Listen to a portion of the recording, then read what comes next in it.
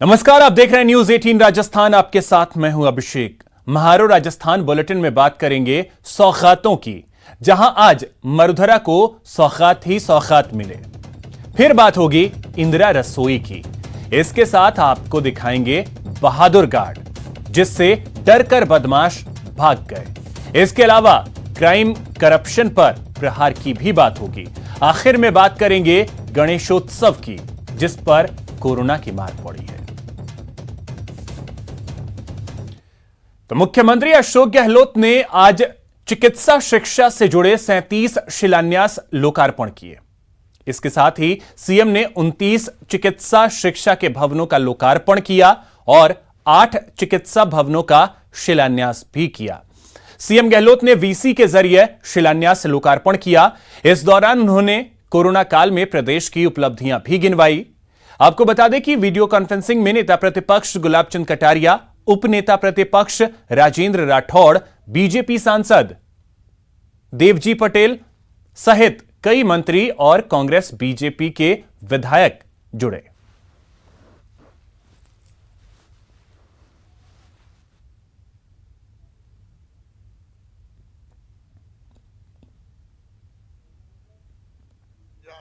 पहली बार देश के अंदर उभर के आया कि मेडिकल फील्ड में हमें आगे बढ़ना चाहिए। हम पूना और दिल्ली भेजते थे सैंपल, अभी मंत्री जी कह रहे थे। आज 40,000 क्रॉस कर चुके हैं टेस्टिंग राजस्थान के अंदर, 50,000 क्रॉस करेंगे। राजस्थान आज मेडिकल के अंदर हर सेक्टर में काफी कुछ आगे बढ़ चुका है। भीलवाड़ा मॉडल उभर के आया है जिस रूप में देश के अंदर विदेश के अंदर, और भारत सरकार के स्वास्थ्य मंत्रालय ने ही भीलवाड़ा मॉडल को मॉडल का रूप दिया था और पूरे देश में उसकी चर्चा है। पर राजस्थान वो राज्य जहाँ पर हमने सब पैरामीटर पे कंट्रोल किया। आज मृत्यु दर हमारे यहाँ पर एक बार तो जिले में ऐसी स्थिति आ गई, 1% से कम पे हम लोग आ गए थे। कभी बढ़ती कभी छोटी बड़ी बढ़ती रहती, परंतु कंट्रोल किया हुआ है राजस्थान में कोरोना को। ये तब संभव हुआ तब आप जो यहाँ बैठे हुए हो वो या पूरे राजस्थान के जनप्रतिनिधि या किसी पार्टी के हों, कोई भेदभाव नहीं किया गया। सरकार ने भी कैश काइंड में ट्रांसफर किए, चाहे गेहूं की बात हो, दालों के वितरण की बात हो, फूड पैकेट सूखे हो या पका हुआ खाना हो। मेरे ख्याल से ये पहली बार देखा मैंने कि तमाम विधायक गणों ने अपने फंड के अलावा मोटिवेट किया दानदाताओं को। आप निश्चिंत रहें, निरोगी राजस्थान का प्रोग्राम हमने पहले ही शुरू कर रखा था और बीच में कोरोना आ गया। तो जब निरोगी राजस्थान का आधार बना चुका यहाँ का स्वास्थ्य मंत्रालय और राजस्थान सरकार, तो आप निश्चिंत रहो कि यहाँ पर उसी को आधार बना के हम आगे बढ़ेंगे तो कोरोना का मुकाबला भी होगा। स्वाइन फ्लू की घटनाएं कुछ आती रहती है बीच बीच में, उसका मुकाबला हम लोग करेंगे। साइकिल चलती रहती है उसकी भी। कांग्रेस हाईकमान की ओर से प्रदेश कांग्रेस में हुए विवाद को लेकर कमेटी बनाई गई है, जिस पर सचिन पायलट ने कहा कि पार्टी में समन्वय के साथ काम होगा। किस व्यक्ति का कहां इस्तेमाल किया जाना है, यह पार्टी तय करेगी। कमेटी पार्टी के सभी मुद्दों पर चर्चा करेगी। वहीं पायलट ने कांग्रेस अध्यक्ष सोनिया गांधी को धन्यवाद देते हुए कहा कि उन्होंने हमारी मांग पर कार्रवाई करते हुए कमेटी का गठन किया। वहीं उन्होंने बताया कि नए प्रभारी महासचिव अजय माकन से दिल्ली में उन्होंने मुलाकात की। इस दौरान प्रदेश के विभिन्न मुद्दों पर चर्चा हुई। पायलट ने कोरोना को लेकर कहा कि अभी काफी चुनौतियां हैं। सब समन्वय से काम होना चाहिए। कांग्रेस पार्टी की अध्यक्षा, हमारे प्रभारी इंचार्ज, कमेटी के सदस्य सब लोग चर्चा करेंगे कि कहां पर किसको कहां इस्तेमाल करना है। ये अंतिम निर्णय पार्टी का होता है कि कौन सत्ता में काम करे, कौन संगठन में काम करे। सब इश्यूज पे चर्चा की जाएगी कमेटी के माध्यम से और सब समस्याओं का समाधान भी निकलेगा इसी कमेटी के माध्यम से। कांग्रेस प्रेसिडेंट का कि इन्होंने बहुत जल्द हमारी जो एक मांग थी उस पर कार्रवाई करी है और कमेटी का गठन हुआ है। एआईसीसी के 3 सदस्य की कमेटी है और वो अपने आप चर्चा कर निर्णय करेंगे कि कैसे उनको काम करना है। मेरी मुलाकात हुई थी महासचिव अजय माकन जी से दिल्ली में और उनसे मेरी अच्छी चर्चा हुई प्रदेश की स्थिति के बारे में और कमेटी अपना काम करेगी। जो हमें कहना सुनना है मैं समझता हूँ पार्टी के प्लेटफॉर्म पर उस कमेटी के माध्यम तक आलाकमान तक बात पहुँचाएंगे और उसके बाद जो रोड मैप उन्होंने तैयार किया है उस पर जल्दी कार्रवाई कराएंगे। बहुत सारी चुनौतियाँ हमारे सामने हैं और विधानसभा का सत्र भी आपको मालूम है चल रहा है, इसलिए हम सब चाहते हैं कि आने वाले समय में जो फोकस रहेगा वो कोरोना का जो बढ़ता हुआ जाल है उससे कैसे प्रदेश और देश के लोग बचकर निकल सकें। उस दिशा में काफ़ी काम किया है, लेकिन मुझे लगता है हम सबको और मेहनत करने की ज़रूरत है, क्योंकि ये ऐसी एक प्रकृति का प्रकोप है जिसका संघर्ष करने के लिए सबको साथ देना पड़ेगा। और आज न सिर्फ टोंक लेकिन बाकी इलाकों में जाकर लोगों से मुलाकात कर और बेहतर कैसे काम हो सकता है उस पर ध्यान फोकस करें। सियासी सुलह के बाद अब मरुधरा में कैबिनेट विस्तार की चर्चा जोरों पर है, लेकिन माना जा रहा है कि 3 सदस्यीय कमेटी की रिपोर्ट के बाद ही विस्तार को आकार मिलेगा। लेकिन घर वापसी पर सत्कार और वफादारी के पुरस्कार पर कयासों का दौर भी शुरू हो गया है।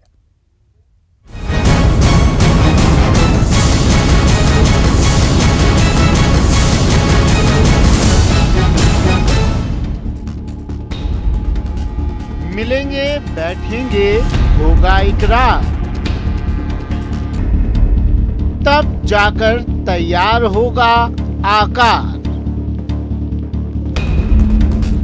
घर वापसी पर किसका सत्कार,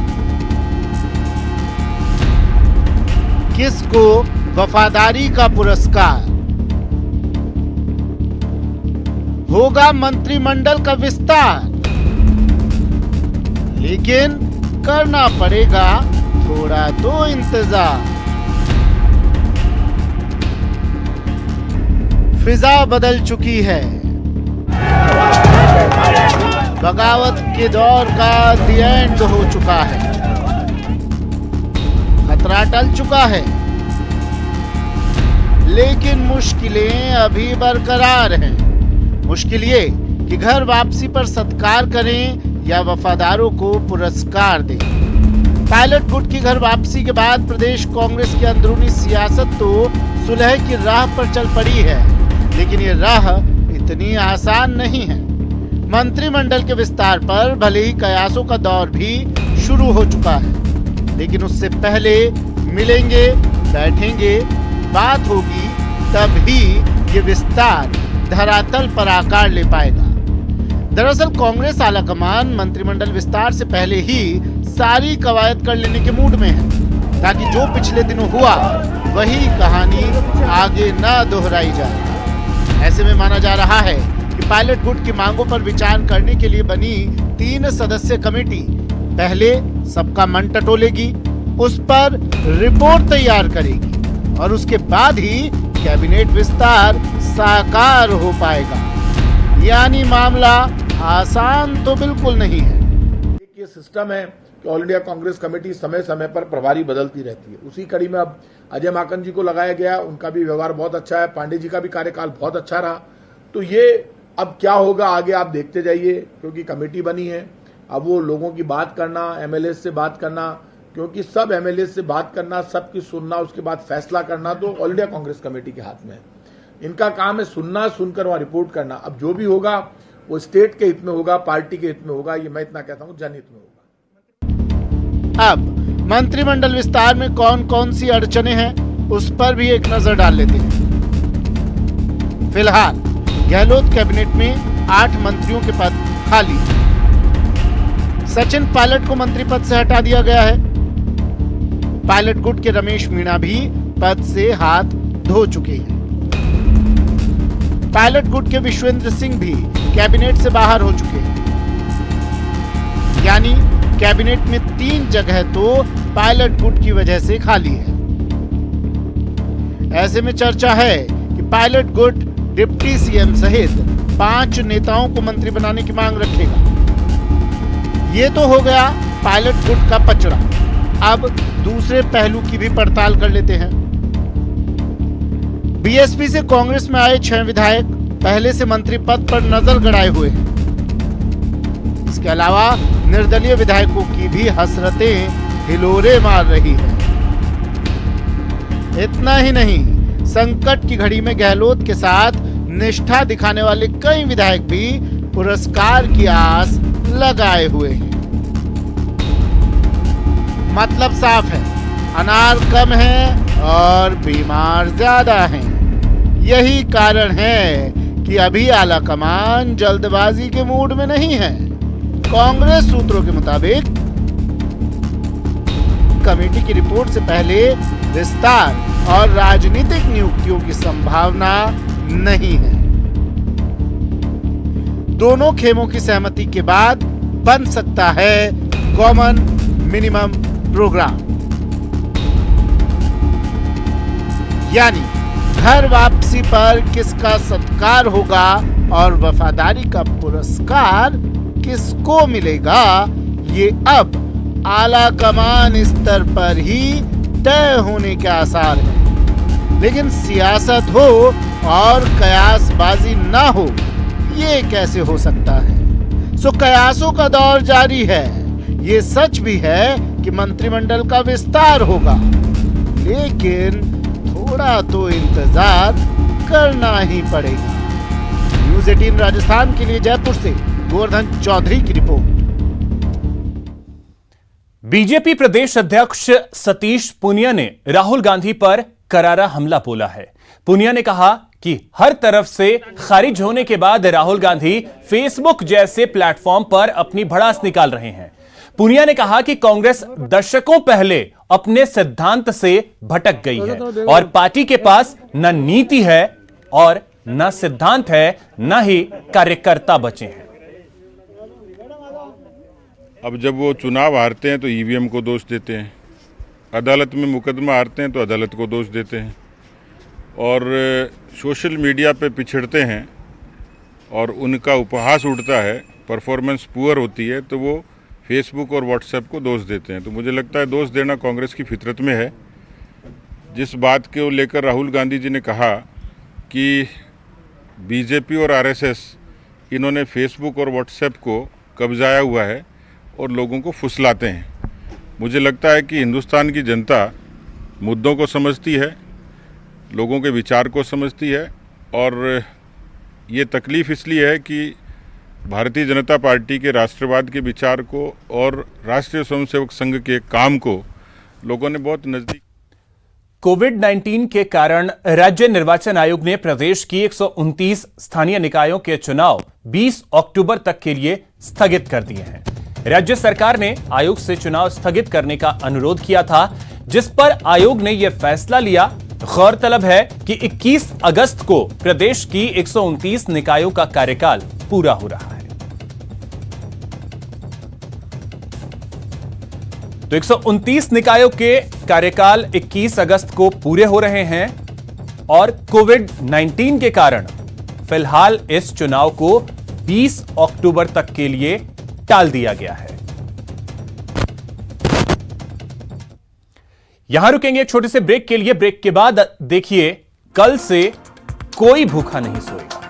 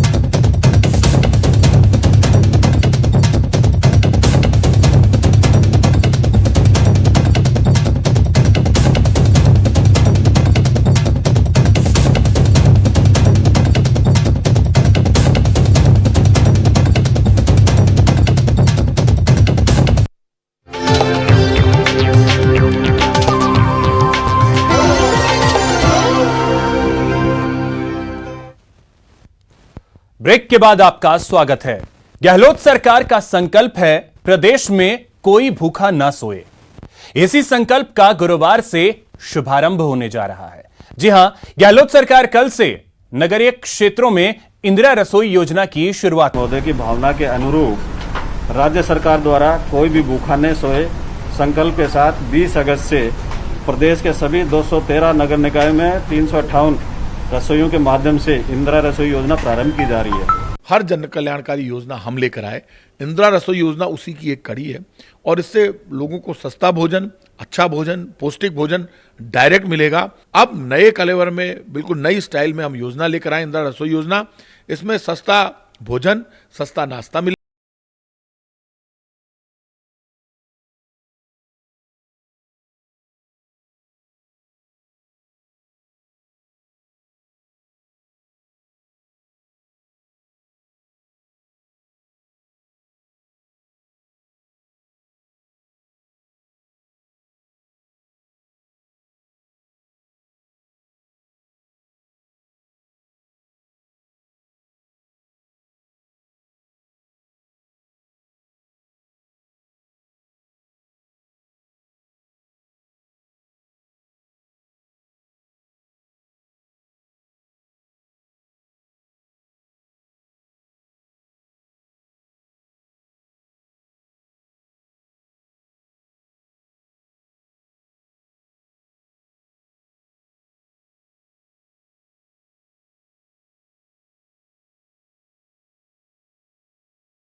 सौ ग्राम दाल, 100 ग्राम सब्जी, 250 ग्राम चपाती एवं अचार उपलब्ध कराया जाएगा।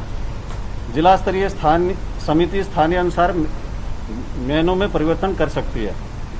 रसोई स्थल पर सम्मानपूर्वक बैठने की व्यवस्था होगी। दोपहर का भोजन सामान्यतः सुबह 8:30 बजे से मध्याह्न 1 बजे तक एवं रात्रकालीन भोजन शाम 5 बजे से 8 बजे तक उपलब्ध।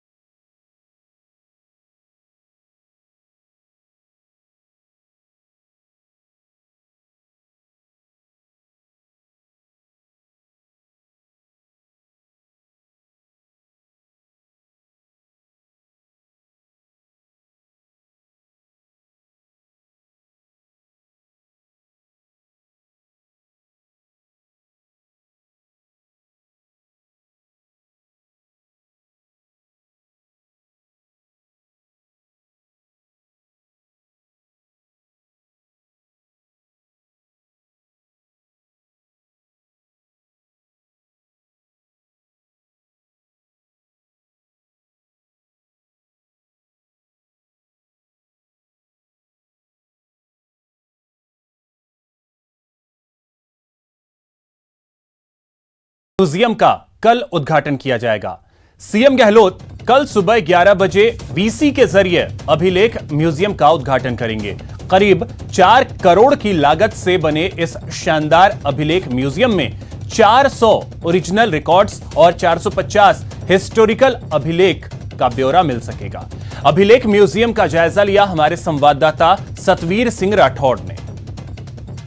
इसके पहले अभिलेख म्यूजियम का कल उद्घाटन होगा। मुख्यमंत्री अशोक गहलोत इस म्यूजियम का वीसी के जरिए उद्घाटन करेंगे, तो वहीं पर पूरी तरीके से यहाँ पर जो ऐतिहासिक जो चीज़ें हैं वो यहाँ पर देखने को मिलेगी।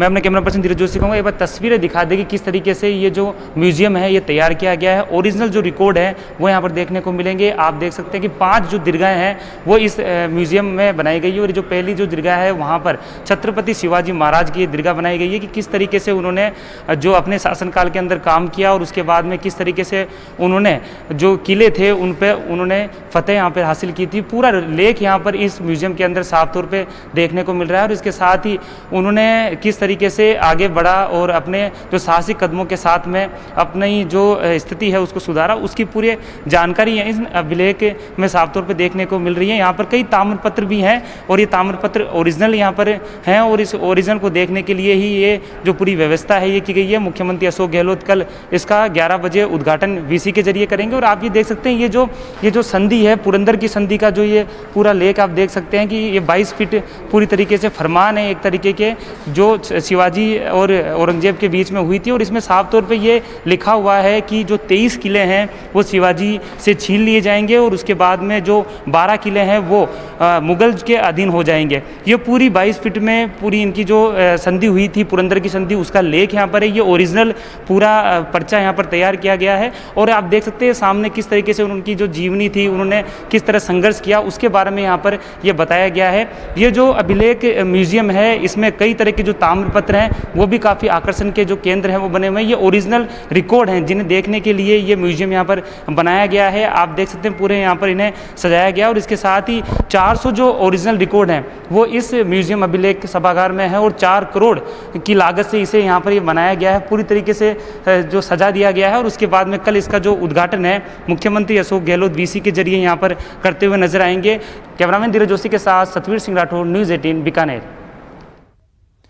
यहां रुकेंगे एक छोटे से ब्रेक के लिए। ब्रेक के बाद बात सुशांत केस में सुप्रीम फैसले।